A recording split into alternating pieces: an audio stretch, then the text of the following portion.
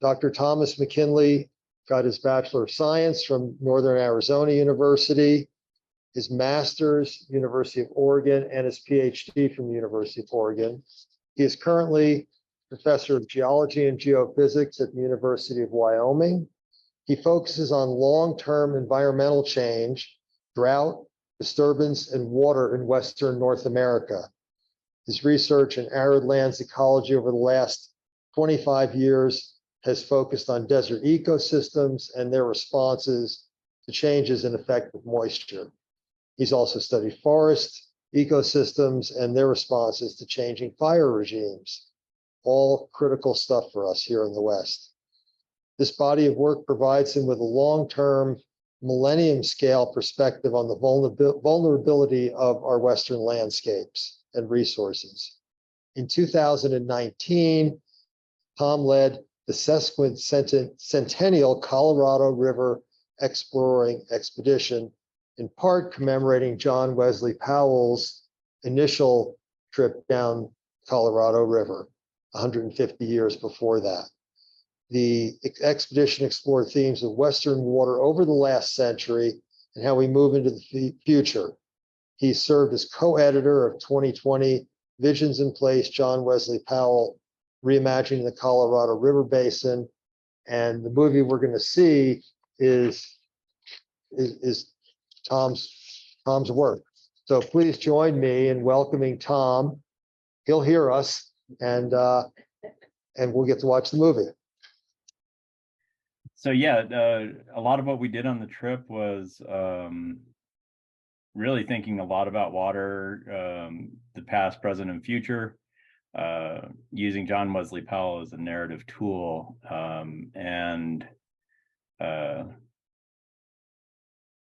There were 63 people total on the trip. It was 1,000 miles and ran from May 24th to August 2nd, 2019. Yeah, I'm happy to field any questions on any topic that's in the movie or beyond. And I have the chat open if people want to type in, or you could unmute and ask. Anybody here in the library have a question? And my question is, how long do you think Lake Powell will survive? And are there actual plans to how to end its life? Do you hear the question? Glen Canyon Dam. Yeah, Glen Canyon Dam. So how long will Glen Canyon Dam survive? That's a pretty big question. The Bureau of, I'll try to answer it completely, but in sort of tight. The Bureau is working on a series of plans. There's 5 options that they're proposing. Part of those are reworking the dam so that we could continue to run hydropower. So part of the, one of the problems that we have is that the lake level is so low that warm water is now going through the turbines, which is bad because they're sort of designed for cold water to run through. So they have a series of engineering solutions that they're looking at. Most of those solutions would allow the reservoir to go down to about 300 feet or so. So it gives us a few more years of hydropower capacity in there. And then there's the option that the Bureau has no control on, which is give up the hydropower and convert to other sources of renewables. But they do point out that they don't own any land to do that with. So they own a dam, and so they're working on dam solutions. As far as decommissioning is going, that would be really difficult for the Bureau to put forward. But it's probably they are talking about not running hydropower for 3 months next year. So that's actually pretty significant because dams are also meant to run water through. So that's kind of a concern. We probably still have a few decades of trying to keep it to work. And that's just me guessing. Thanks. Any, any Zoom questions, Tom? Let's see, I got one, ask about the danger, about the sediment pulse of, the sediment supply that's going into, that's in there in the dam. Now, prior to the drawdown of the sediment in the dam was about 100 feet below the lower. So the way the dam is structured, you have the power intakes, which the way the water commissioners think of that is that's like 8 fire hoses that release water, and we're not dealing with the sediment so much in that manner. The sediment delta from the Colorado River side is still pretty far away from the dam, but we do have a sediment plug that's moving towards the dam itself, and it's below the lower bypass, which is 4 garden. A way to think of those is 4 garden hoses that aren't designed to run 24 hours a day. But as the lake is going down, sediment from the San Juan arm is moving towards the dam. So the literature kind of says they have 100 years before that's a problem.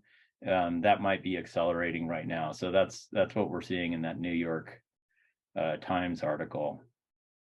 So similar to the warm water, sediment, of course, that's going to be lower than the intakes for hydropower, but it's going to erode the concrete, and it's not designed for the sediment bypass. That wasn't the idea when we were designing these things in the early 1960s. So that's a big challenge, and that'll be something that's seriously a threat to the dam. If they want to retain the dam, then that's going to be a problem that they're going to have to resolve.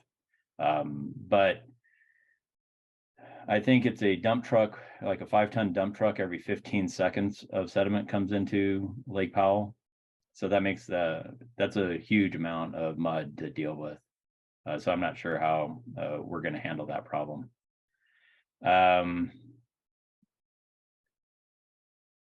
That's it. And there's another question in Zoom.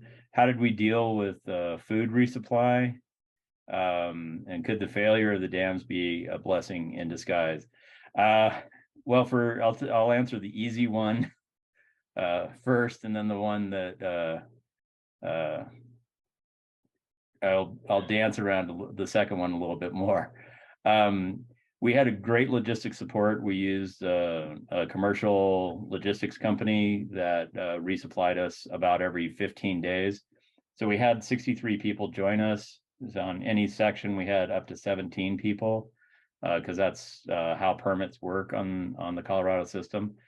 And so when we would switch out people, we would often get a food resupply. And so we ate really well. We did not lose weight on this trip for sure.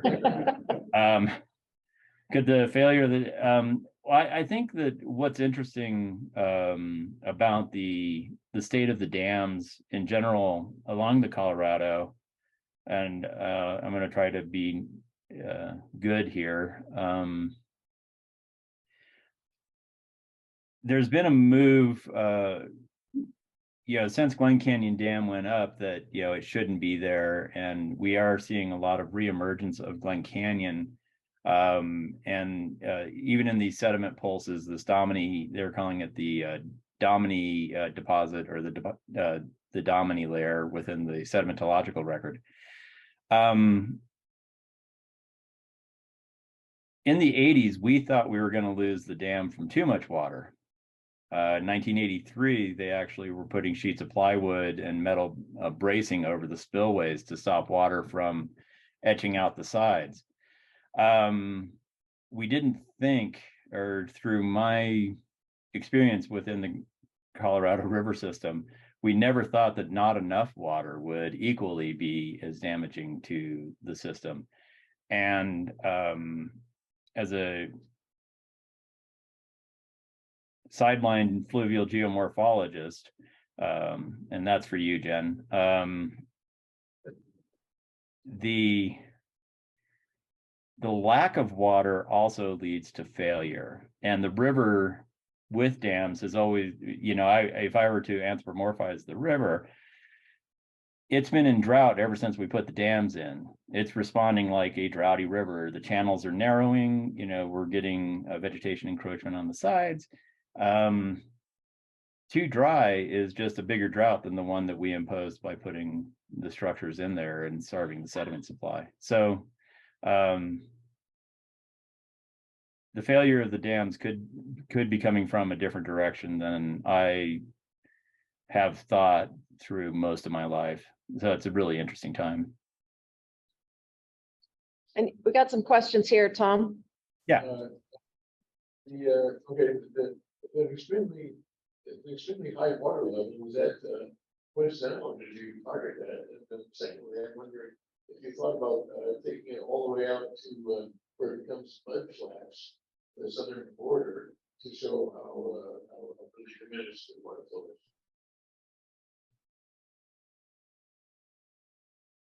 Did you I hear that? didn't catch all that. No, sorry. So the first part of the question was about the water flow. It looked like an extremely high level. Was that 65,000 CFS? Yeah, 54,000 through cataract. That was huge. That's a lot yeah. of water. So I mean, did you anticipate that, or was that like a whoops?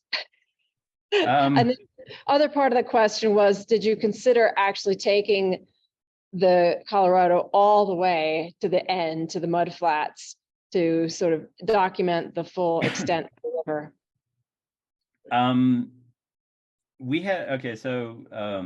did not anticipate that big of water. There was a snow event in Wyoming on June 21st on the solstice that many people might remember. It was a late, that first summer snow that killed all of our gardens. Well, I didn't have a garden that year, but anyway. But then there was a rain event on top of that, and all of that came down on us. So we were expecting to hit Cataract Canyon at about 30,000 CFS, which would have been still big, but different. So that definitely, I was in denial that the river was coming up, even though our boats were floating and they were beached the night before, because I just didn't want to believe it. As far as looking at the whole river, as I designed the project and what we were going to do, John Wesley Powell gave us a narrative space. And so really it was to look at the river that he wrote about in the space that he saw. And so he started in Green River, Wyoming, because that's where the railroad was, and he could get the boats from Chicago to the river. And so he could have started anywhere, but that's where the railroad was. And so that was our starting point. And then the takeout was on Lake Mead at the confluence of the Colorado and Virgin Rivers, which is where that was the end of their trip. So really, project-wise, it was to characterize John Wesley Powell's space and how we're using that land. And so that, in doing that, that allowed us to focus on the things we didn't know. Like the Uinta Basin is just beautiful. And hardly anybody runs a boat through that. Most people, it's ag and energy development, but all of that in its own way is, really neat places and spaces to be in and see. Any more chat questions? Not currently. Okay, we got another one here. When do you think Manifest Destiny ended? So the question was, when do you think Manifest Destiny ended? Oh, I think once we started putting in dams, John Wesley Powell himself tried to put kibosh on settling in the West, because and got into a lot of trouble. Yeah, after he went to Washington, he, they knew that they wanted to site in dams, and when he was the head of the USGS, they actually started the National Mapping Program, which gives us our telephone maps today. I mean, the legacy lives with us at this, to this day. But he actually got legislation passed that if we're going to put in dams for irrigation, we can't have people settle on them.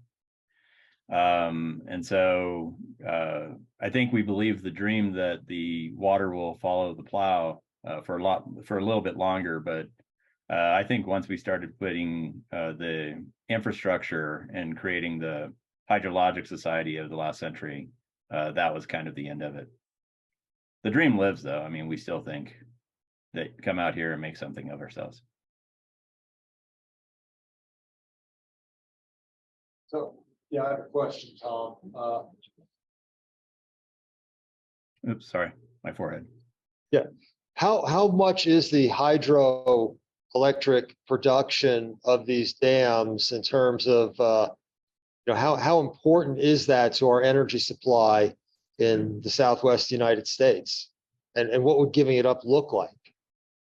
Well, Glen Canyon Dam is sort of the big one, and it was put in mostly for hydropower and to augment for the Central Arizona project and some of the water pumps.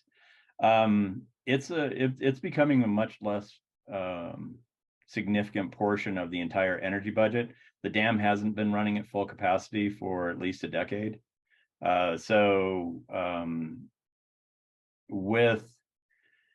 With renewables technology and really battery storage, you could replace the hydropower with, I used to have this memorized, about at least 400 1.5 megawatt wind turbines. It's just that as far as their importance, we don't have brownouts in the Western power grid because we can turn on and off the dams really easily. And so it's been a very dependable way for us to have in the Western energy grid. It allows us to have constant power, and it because of how quickly it could be ramped up. In a similar way, coal can do the same thing. It could be, we can gather that energy pretty efficiently and get it to everybody. California and their brownouts being the exception, but it traditionally has been really important. But as we're seeing lower water levels and we've lost that capacity within these dams, I think it's not really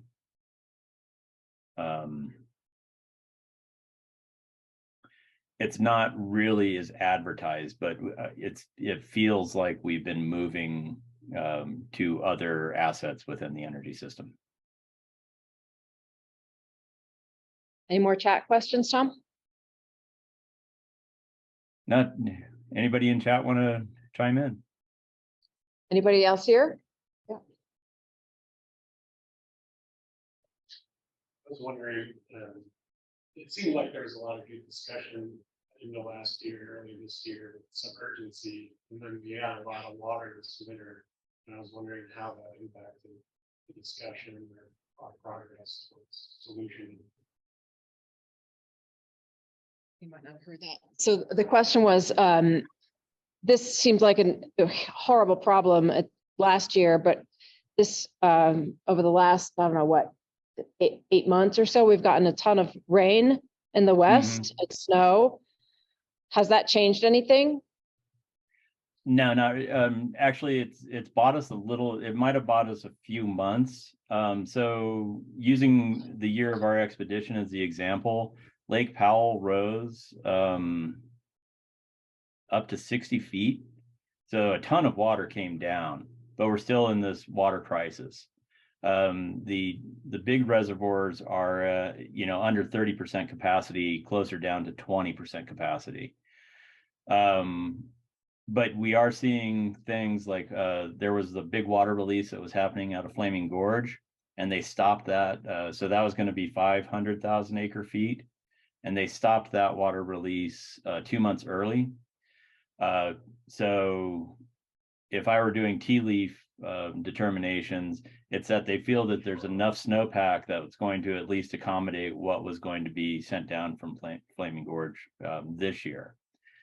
Flaming Gorge currently has maybe 2 more releases available to augment what's going on at Lake Powell, and then probably more importantly, Lake Mead, because that's really the water distributor for the agricultural interests down near the border.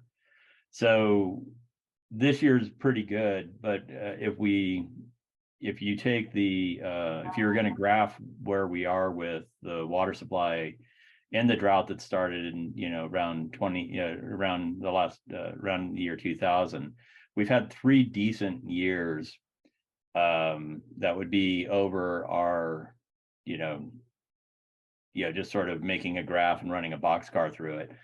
We have 3 positive years and then 17 negative years, or 20 negative years, to be accurate with the math. So we're still in a pretty large deficit. The thing that's going on in the administration of the water then is we're coming up to 2026, where the entire Colorado River Compact is supposed to be reevaluated and renegotiated. And so when we're watching water, at least from the states, everybody is working for their position, and you're just seeing the preamble to how we're going to be distributing water into the next 100 years ideally, but things are changing so fast. I think Jim Prairie in the movie kind of shows where the concern is. We don't know what our water supply in the future will be. We're outside of the boundaries of our known water management system. So our library is going to close here in a few minutes. Okay. So we have, one question in the back there. Thank you, and can we get you here in person to continue the discussion sometime? So that was a huge thank you, Tom, for everything you've done with the film and with your work. And we would love to see you back in person, was the comment. I would love. I know the snowstorm precluded that, but we would love to have you back. Yeah, I mean, sadly, we're getting water, and that's why I'm not there. I do have one question in the chat that says, do we see anything that's going to change the drought? Not for the foreseeable future. We are, as a paleoecologist, how I'm looking at where we are, this is the sad, morbid scientist in me, right? I've been studying drought over the last 20,000 years. I haven't been studying it that long, but that's the time frame of my research. I'm 0.1% of that in my life, I guess, that I've been studying it. And this one seems like like the things that I didn't expect to see in my lifetime based on the research I've done. So I'll be happy if the drought ends and our water supplies are secured over the next decade. I'm not feeling it right now, but as a researcher, it's really interesting to see what you study playing out in real time, because we don't usually, in geology, we don't usually get to see that. And often I'm criticized for the smile on my face, but that keeps me from crying. Well, thank you very much, Tom. We had about 55 people in the audience here in Jackson, and last I saw on Zoom, I think there were 75 people on Zoom. So really a huge amount of interest in this topic, and I really want to thank you very much for your time, and just sorry that snowstorm kind of got in our way here. Yeah. Well, thank you so much for inviting me, and I'd be happy to come back. Okay. Big applause here. Okay, thanks to everybody on Zoom as well.